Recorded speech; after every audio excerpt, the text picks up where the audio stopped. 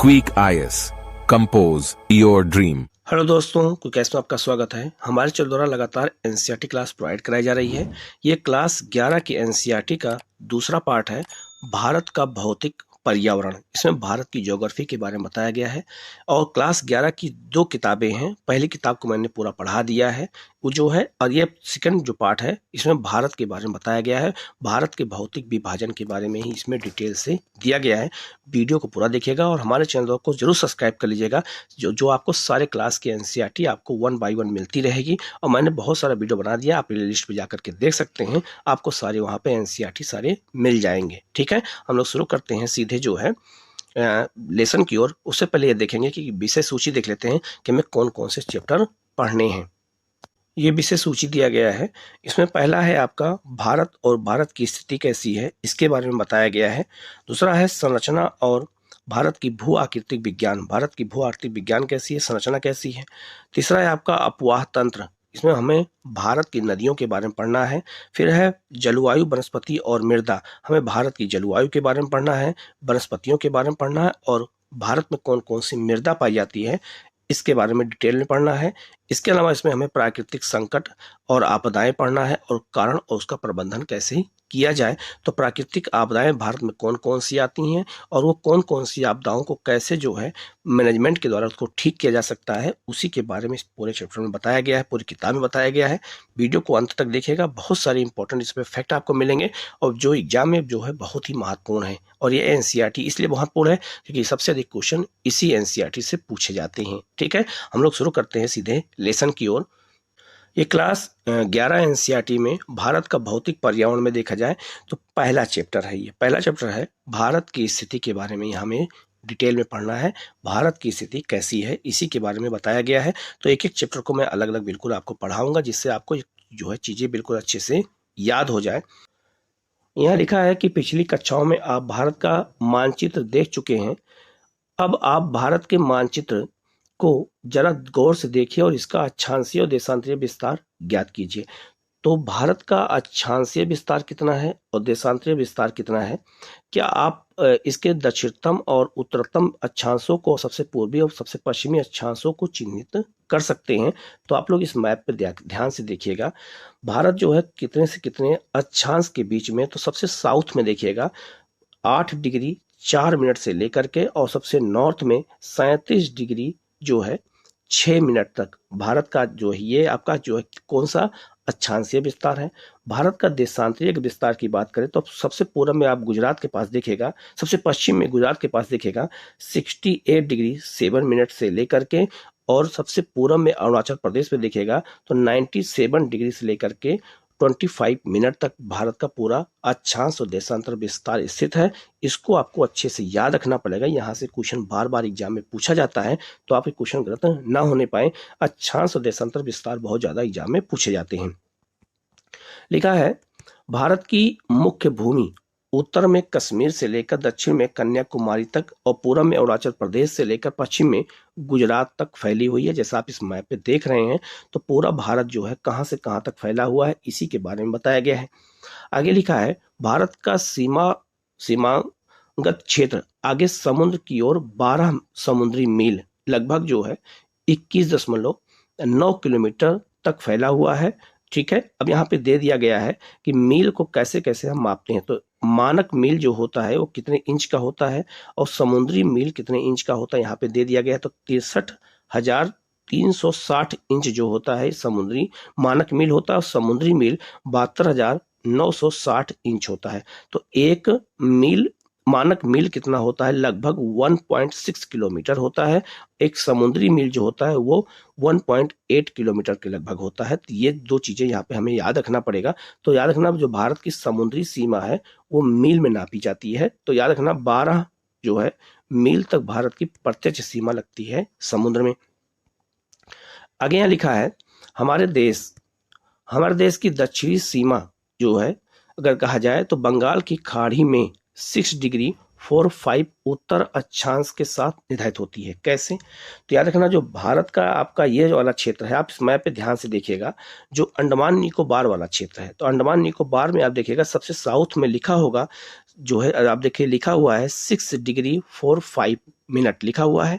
तो याद रखना वहां से भारत शुरू होता है। तो भारत की जो सीमाएं शुरू होती हैं वो जो सबसे दक्षिण में शुरू होता है वो अंडमान निकोबार से शुरू होता है, खासकर निकोबार से शुरू होता है, ठीक है। और मुख्य भूमि का जो अक्षांश विस्तार है वो भारत में कहाँ है, तो 8 डिग्री 4 मिनट है। आप दोनों मैप पे देख सकते हैं, ठीक है। तो याद रखना ये बहुत ही महत्वपूर्ण चीजें हैं जो यहाँ जानकारी दी गई है।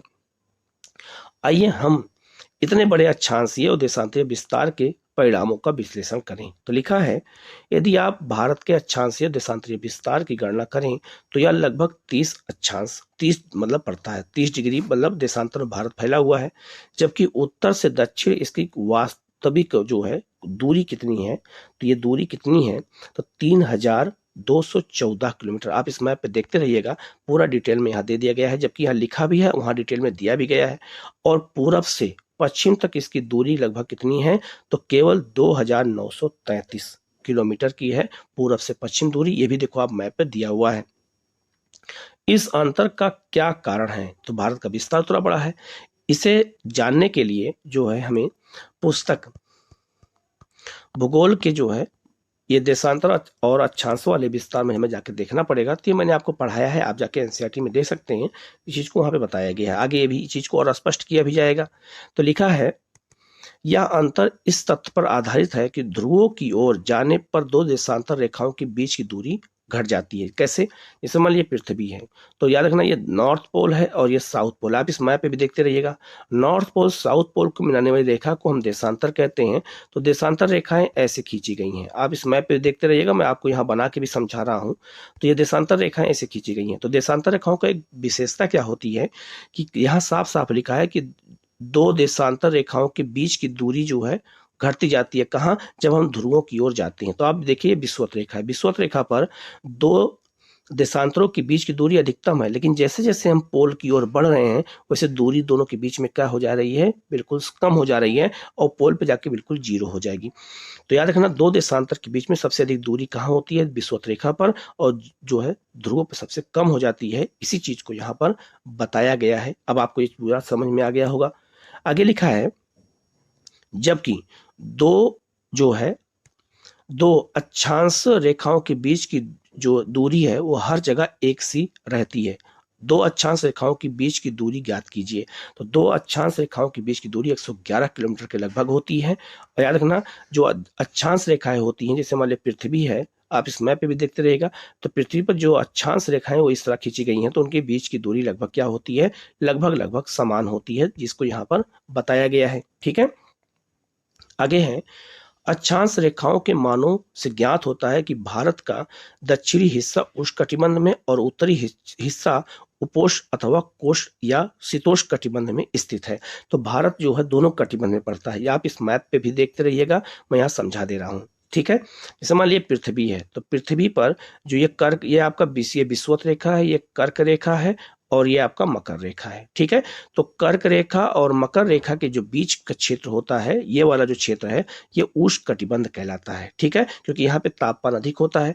और 66.5 डिग्री नॉर्थ और 66.5 डिग्री साउथ कर्क रेखा और 66.5 के बीच का जो क्षेत्र होता है शीतोष्ण कटिबंध कहते हैं, और यहाँ भी शीतोष्ण कटिबंध है। तो यहाँ क्या कह रहा है कि भारत दोनों गोलार्ध में स्थित है। तो कैसे स्थित है, तो कर्क रेखा भारत के लगभग 20 से गुजरती है। ये मान लो भारत है यहाँ पर, तो भारत का जो दक्षिणी वाला हिस्सा है, यहाँ पे आप देखिए ये भारत है, तो भारत का सबसे दक्षिणी वाला हिस्सा है ये उष्णकटिबंध में और उत्तरी हिस्सा शीतोष्ण कटिबंध पड़ता है। तो भारत कर पूछा जाए किस कटिबंध में पड़ता है, तो भारत दो कटिबंध में है। जो दक्षिणी वाला जो हिस्सा है वो उष्ण कटिबंध में और उत्तरी वाला हिस्सा उपोष्ण या शीतोष्ण कटिबंध में पड़ता है। आपको यही याद रखना है। यहाँ मैप पे भी आप देख सकते हैं इस चीज को।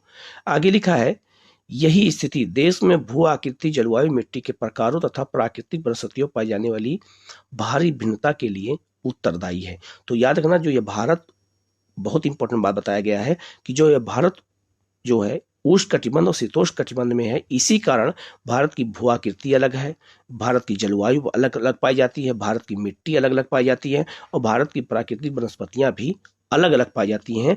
यही सब कारणों की वजह से ऐसा हुआ है। आगे लिखा है आइए अब हम देशांतरीय विस्तार और भारत के लोगों पर उनके प्रभाव का अध्ययन करें। देशांतर रेखाओं के मानों से स्पष्ट होता है कि इनमें लगभग 30 डिग्री का अंतर होता है। जैसे मान लीजिए ये भारत का, अगर यहाँ पे हम बात करें तो भारत का जो मैप है, अगर हम पूर्व से पश्चिम देखें तो लगभग 30 डिग्री देशांतर में फैला हुआ है, जो हमारे देश के सबसे पूर्वी सबसे पश्चिमी भागों के समय में लगभग 2 घंटे के अंतर पैदा कर देता है। जैसे क्योंकि अरुणाचल प्रदेश में सूरज पहले निकलेगा, क्यों ऐसा? क्योंकि पृथ्वी पश्चिम से पूरब की ओर घूमती है। सबसे पहले सूरज के सामने कौन पड़ेगा? अरुणाचल प्रदेश पड़ेगा, और गुजरात सबसे लास्ट पड़ेगा। तो अरुणाचल प्रदेश और गुजरात सबसे पूर्वी सबसे पश्चिमी क्षेत्र में है, तो वहां 2 घंटे का लगभग क्या है, अंतर पाया जाता है। आप भारतीय मानक समय से पहले ही परिचित हो चुके हैं, तो भारतीय जो मानक समय है, याद रखना ये बहुत ही महत्वपूर्ण है। तो भारतीय मानक समय आप देख सकते हैं, भारत के ये आप मैप देखिएगा, ये भारत के बिल्कुल बीच से गुजरी हुई है। और आप ये भी याद रखिएगा, भारत के मानक समय ही भारत का टाइम का जोन का निर्धारण होता है, और ये 5 राज्यों से होकर के गुजर रही है। आप ये भी देख लीजिएगा, इसको ये भी याद रखिएगा। और ये 5 राज्य कौन कौन से हैं? तो उत्तर प्रदेश, मध्य प्रदेश, छत्तीसगढ़, उड़ीसा और आंध्र प्रदेश। इन्हीं राज्यों से होकर के ये लाइन छत्तीसगढ़ से होकर गुजर रही है। तो आप इस चीज को अच्छे से याद रखिएगा, ये क्वेश्चन पूछा भी गया है। ठीक है, आगे लिखा है, आप भारतीय मानक समय से पहले ही परिचित हैं। मानक अमयोत्तर का क्या उपयोग है? तो इससे हम टाइम जोन का निर्धारण करते हैं।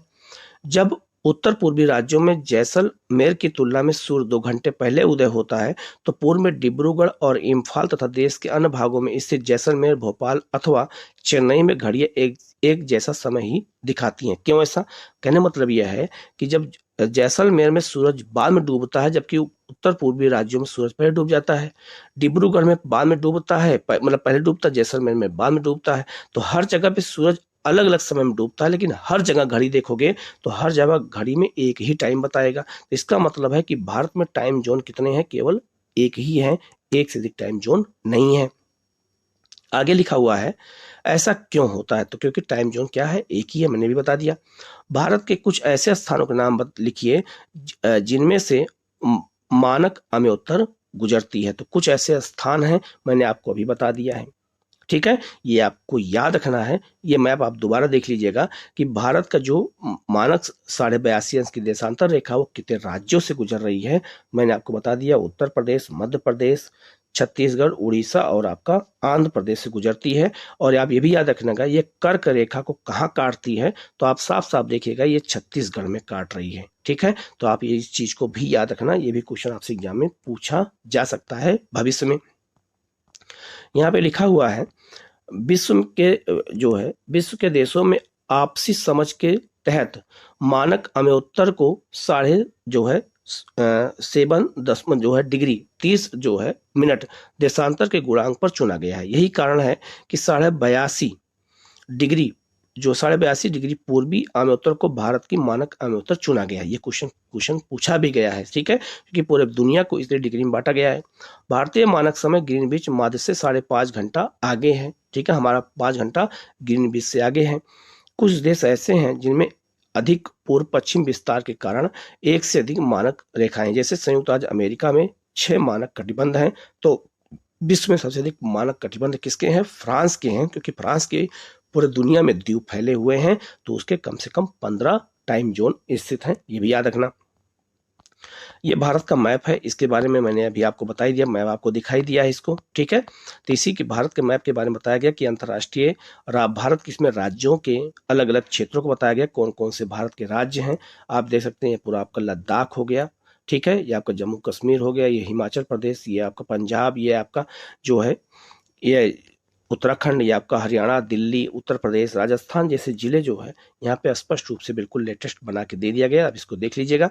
ठीक है, अब अगर हम विश्व की बात करें यहाँ पे, तो विश्व में जो है पूर्वी जगह कौन कौन भारत जो स्थित है, तो आप यह साफ साफ देख सकते हैं यहाँ पर कि भारत के जो है अलग अलग समुद्री मार्ग से किस किस भारत को जोड़ा गया है। आप ये देख सकते हैं, लाल सागर होते हुए ये आपका यूरोप की ओर, यहाँ पर पूर्वी अफ्रीका की ओर, यहाँ से जो है आपका ये इंडोनेशिया, मलेशिया की ओर, और यहाँ से आपका चीन को जोड़ा गया है। ये जल मार्ग है। और वायुयान मार्ग के माध्यम से भी भारत के अलग अलग शहरों को जोड़ा गया है, टोक्यो से अलग अलग क्षेत्रों को। यहाँ पे सबको वही दिया गया है कि कैसे जो है आपका वायु और जल मार्ग के द्वारा जो है, समुद्री मार्ग द्वारा भारत को कैसे कनेक्टिविटी जोड़ी गई है। आगे लिखा है भारत का क्षेत्रफल 32.8 लाख वर्ग किलोमीटर है। यह क्वेश्चन कई बार एग्जाम में आया हुआ है।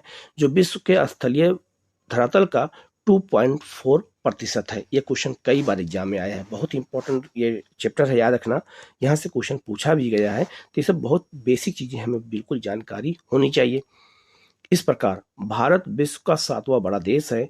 क्या आपको 9वीं कक्षा की पुस्तक में पढ़े गए भारत के बड़े देशों के नाम याद हैं? तो भारत से बड़े देशों की अगर हम बात करें तो भारत से बड़े देश कितने हैं, तो आप इस मैप पे देख सकते हैं। पहला है आपका रूस, दूसरा है आपका कनाडा, फिर है आपका जो है चीन, फिर आपका है अमेरिका, इसके बाद है आपका जो है ब्राजील, इसके बाद है आपका ऑस्ट्रेलिया, फिर भारत। भारत 7वें नंबर पे आता है, ये आपको याद रखना है। ये ऐसे ही क्वेश्चन आपसे एग्जाम में पूछे जाएंगे। तो भारत से जो बड़े देश है सबको मैंने बता दिया, आप उनको याद रखिएगा। आकार, अब भारत के अगर हम आकार की बात करें तो भारत के जो है आकार ने इसे विशिष्ट भौतिक विविधता प्रदान की है। कैसे प्रदान की है? उत्तर में ऊंचे पर्वत हैं, बिल्कुल सही है। भारत के उत्तर में हिमालय है। गंगा, ब्रह्मपुत्र, महानदी, कृष्णा, गोदावरी और कावेरी जैसी बड़ी नदियां हैं, भारत में, बिल्कुल सही है। उत्तर पूर्वी और दक्षिणी भाग में बनाच्छादित पहाड़ियां हैं, या बड़ी बड़ी पहाड़ियां पाई जाती हैं, खास करके पूर्वी क्षेत्र में और दक्षिणी भाग में। जबकि मरुस्थली में रेत के विस्तृत फैलाव हैं, ये भी आपको पता है। उत्तर में हिमालय पर्वत, उत्तर पश्चिम में हिंदकुश व सुलेमान श्रेणियां, उत्तर पूर्व में जो है पूर्वांचल पहाड़ियां और दक्षिण में विशाल हिंद महासागर से सीमांकित एक बृहद भौगोलिक इकाई है। तो भारत के अलग अलग क्षेत्र में कौन कौन सी सीमाएं हैं, इसके बारे में यहाँ पे बताया गया। तो कहा जा रहा है कि जो भारत का आपका जो सबसे पूर्वी क्षेत्र है वो हिमालय द्वारा और हिंदकुश द्वारा और सुलेमान पहाड़ी द्वारा आपका जो है, और यहाँ पर पूरब में जो है पूर्वांचल पहाड़ियाँ, लेकिन दक्षिण में हिंद महासागर है जो आपको एक भौगोलिक विविधता प्रदान करता है, जिसे भारतीय महाद्वीप कहा जाता है। तो भारतीय महाद्वीप पे टोटल 5 देश आते हैं, ये भी आपको याद रखना है। भारतीय महाद्वीप में टोटल 5 देश आते हैं। कौन कौन आता है? तो इंडिया, पाकिस्तान, नेपाल, भूटान और बांग्लादेश आते हैं, और सब हिमालय द्वारा अलग होते हैं। तो आपको ये याद रखना है, भारतीय महाद्वीप पे कितने देश आते हैं? 5 देश आते हैं। इसीलिए ये हिमालय से अलग होता है, इसलिए इसको हम क्या कहते हैं? तो इसको हम कहते हैं भारतीय उपमहाद्वीप कहते हैं। ठीक है, जैसे आपको इसको मैं समझा देता हूँ बस मैप के माध्यम से। जैसे आप ये मैप देख सकते हैं, यहाँ पे ये आपका हिमालय है, आपका ये हिंदकुश पर्वत है, ये पूर्वोत्तर पहाड़ी, ये पूर्वोत्तर की पहाड़ी है, ये हिमालय हो गया, ये सुलेमान पहाड़ी और ये हो गया।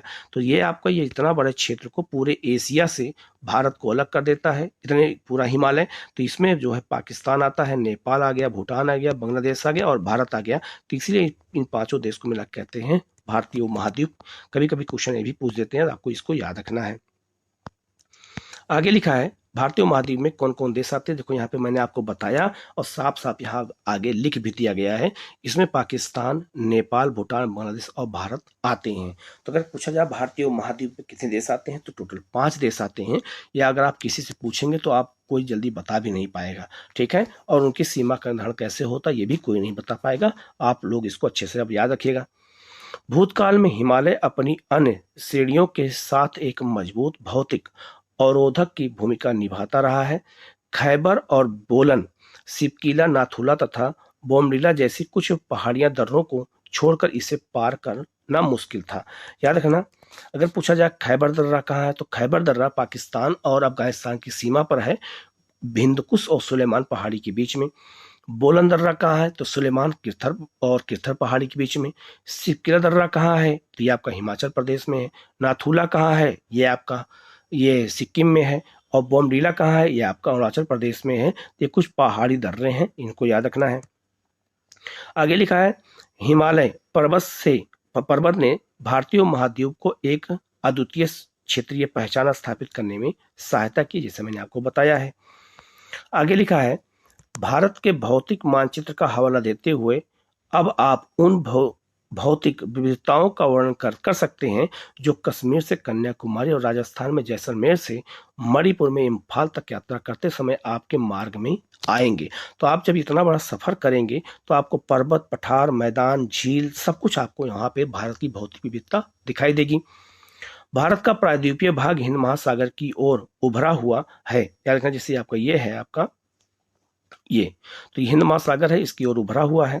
भारत की संपूर्ण तट जो है तटरेखा द्वीप समूहों समेत 7,517 किलोमीटर तक विस्तृत है। तो भारत अगर तटरेखा की बात करें तो भारत की जो तटरेखा है, याद रखना, ये पूरा कितनी है, तो 7,517 किलोमीटर है। इसमें द्वीप भी शामिल हो जाएंगे और तट भी शामिल हो जाएंगे। अतः एक देश के रूप में भारत भौतिक दृष्टि से विविधतापूर्ण भूभाग है, जिससे यहाँ विभिन्न प्रकार के संसाधन पाए जाते हैं। कहाँ पर? भारत में पाए जाते हैं। आगे यहाँ क्या आप जानते हैं जो है इसके बारे में बताया गया एनसीईआरटी के बारे में, जिसको आप थोड़ा देख लीजिएगा। आगे लिखा है भारत और उसके पड़ोसी जो है उसके पड़ोसी। तो भारत पड़ोसी देश कौन कौन से हैं ये भी हमें याद रखना है, और उनके साथ जो है भारत की सीमा लगती है। लिखा है भारत की स्थिति मानचित्र पर जो आप जांच करें, आप देखेंगे कि भारत एशिया महाद्वीप के दक्षिणी भाग में स्थित है और बांग्लादेश की बंगाल की खाड़ी और अरब सागर के रूप में विस्तृत उसकी दो भुजाएं हिंद महासागर के साथ सीमा बनाती हैं। प्रायद्वीपीय भारत की इस समुद्री स्थिति की वजह से ही भारत समुद्री और वायु मार्गों द्वारा अपने पड़ोसी देशों से जुड़ा हुआ है, क्षेत्रों से जुड़ा हुआ है। मानचित्र को देखते हुए भारत के पड़ोसी देशों की एक सूची बनाइए। तो भारत के पड़ोसी देश कौन कौन से हैं? ठीक है, आगे चलते हैं। लिखा है श्रीलंका और मालदीव। श्रीलंका मालदीव भारत के दो पड़ोसी देश हैं जो हिंद महासागर में स्थित दो द्वीपीय देश हैं। ठीक है, जो भारत के पड़ोसी हैं। श्रीलंका भारत से मन्नार की खाड़ी और पाक जल संधि द्वारा अलग होता है। तो मालदीव किससे अलग होता है? तो यहाँ आप मैप पे देख सकते हैं, जो मालदीव है ये 8 डिग्री चैनल द्वारा भारत से अलग होता है, मिनिकॉय लक्षद्वीप द्वीप समूह से। जल खाड़ी और जल संधि में क्या अंतर होता है ये भी मैं आपको बता देता हूँ। तो याद रखना, खाड़ी जो होता है, आप इस मैप पे देखते रहिएगा, मैं 2 चीजें आपको बता देता हूँ जिससे अगर क्वेश्चन आए तो आपको गलत ना होने पाए। पहला है खाड़ी किसे कहते हैं? तो खाड़ी याद रखना, खाड़ी की 2 इंग्लिश होती है, एक होता है गल्फ, एक होता है आपका बे होता है। तो बे आप बंगाल सुना होगा और गल्फ आप खंभात सुना होगा। तो खाड़ी की 2 इंग्लिश है। पहला अगर हम बात करें बे, अगर बे की बात करें तो खाड़ी उसे कहते हैं जो 3 तरफ से जो है स्थल से घिरा हो। कोई जल का क्षेत्र है, मान लीजिए जल का क्षेत्र है, तो 3 तरफ से अगर इधर भी स्थल है, इधर भी स्थल है, इधर भी स्थल है और 3 तरफ से घिरा हो। आप इस मैप पे देखते रहिएगा, 3 तरफ से अगर वो किससे घिरा हो, स्थल से घिरा हो कोई जलीय क्षेत्र, तो उसे हम खाड़ी कहते हैं, जैसे आपका बंगाल की खाड़ी। लेकिन बे और गल्फ में क्या अंतर है? तो बे उसे कहते हैं जिसका जो है क्षेत्रफल बड़ा होता है। जिस खाड़ी का क्षेत्रफल बड़ा होता है उसे हम कहते हैं बे। लेकिन जिसका, याद रखिएगा, जिसका जो है क्षेत्रफल छोटा होता है उसे हम गल्फ कहते हैं, जैसे गल्फ ऑफ खंभात कहते हैं। तो खाड़ी की 2 इंग्लिश होती है और दोनों में क्षेत्रफल का अंतर होता है, ये याद रखना है। जल संधि किसे कहते हैं इसको देख लेते हैं। तो आप इस मैप पे देखते रहिएगा, ठीक है, आप इस मैप पे जरूर देखिएगा, आगे यहाँ पे जो मैप बना हुआ है। तो जल संधि किसे कहते हैं? तो याद रखना, जल संधि जो होती है वो 2 जल के क्षेत्र को जोड़ देती है। जैसे मान लीजिए आपका, अगर हम बात करें तो यहाँ पर जैसे मान लीजिए आपका है, ये क्षेत्र है आपका अरब सागर और ये क्षेत्र है आपका जो है बंगाल की खाड़ी। तो यहाँ पाक जल संधि होगी। तो पाक जल संधि क्या होगी? दोनों जलीय क्षेत्र को जोड़ेगी और 2 स्थलों को क्या करती है? ये अलग करती है। तो जल संधियां 2 जलीय क्षेत्र को जोड़ देती हैं और स्थल को क्या कर देते हैं? अलग कर देती हैं। तो इसे हम जल संधि कहते हैं, ये आपको याद रखना है। ठीक है, तो इतना इंपॉर्टेंट क्वेश्चन जो था मैंने आपको बता दिया है। अगर कहीं कोई डाउट होता है कमेंट करके जरूर पूछिएगा। अगर हम यहाँ पे एक मैप को पहले देख लेते हैं, इस मैप को, ठीक है, यहाँ पे आप मैप देखिएगा, दोबारा से देखिएगा। तो भारत के पड़ोसी देश कौन कौन से हैं? तो पाकिस्तान है, नेपाल है, भूटान है, चीन है, म्यांमार है और बांग्लादेश है, इनके और अफगानिस्तान। इनके साथ भारत की प्रत्यक्ष स्थलीय सीमा लगती है। जलीय सीमा वाले अगर बात करें तो यहाँ मालदीव है और श्रीलंका है। ये भारत के 2 जो है जलीय सीमा वाले देश हैं और सबसे जो है वायु और समुद्री मार्ग द्वारा भारत जुड़ा हुआ है, ये याद रखना है। ठीक है, अब हम लोग क्वेश्चन देख लेते हैं। पहला क्वेश्चन है, निम्नलिखित में से कौन सा अक्षांशीय विस्तार भारत के संपूर्ण भूमि के विस्तार के संदर्भ में प्रासंगिक है? मतलब कि कौन सा भारत का जो है, अगर हम बात करें तो भारत कितने से कितने अक्षांशों के बीच है? तो 8 डिग्री, याद रखना, 8 डिग्री जो है 4 मिनट से लेकर के 37 डिग्री 6 मिनट तक। तो इसका आंसर हो जाएगा आपका सी। दूसरा है आपका, निम्नलिखित में से किस देश जो है निम्नलिखित में से किस देश की भारत के साथ सबसे लंबी स्थलीय सीमा लगती है? तो भारत के साथ सबसे लंबी स्थलीय सीमा बांग्लादेश के साथ लगती है, तो इसका आंसर हो जाएगा आपका ए हो जाएगा। निम्नलिखित में से कौन सा देश क्षेत्रफल में भारत से बड़ा है?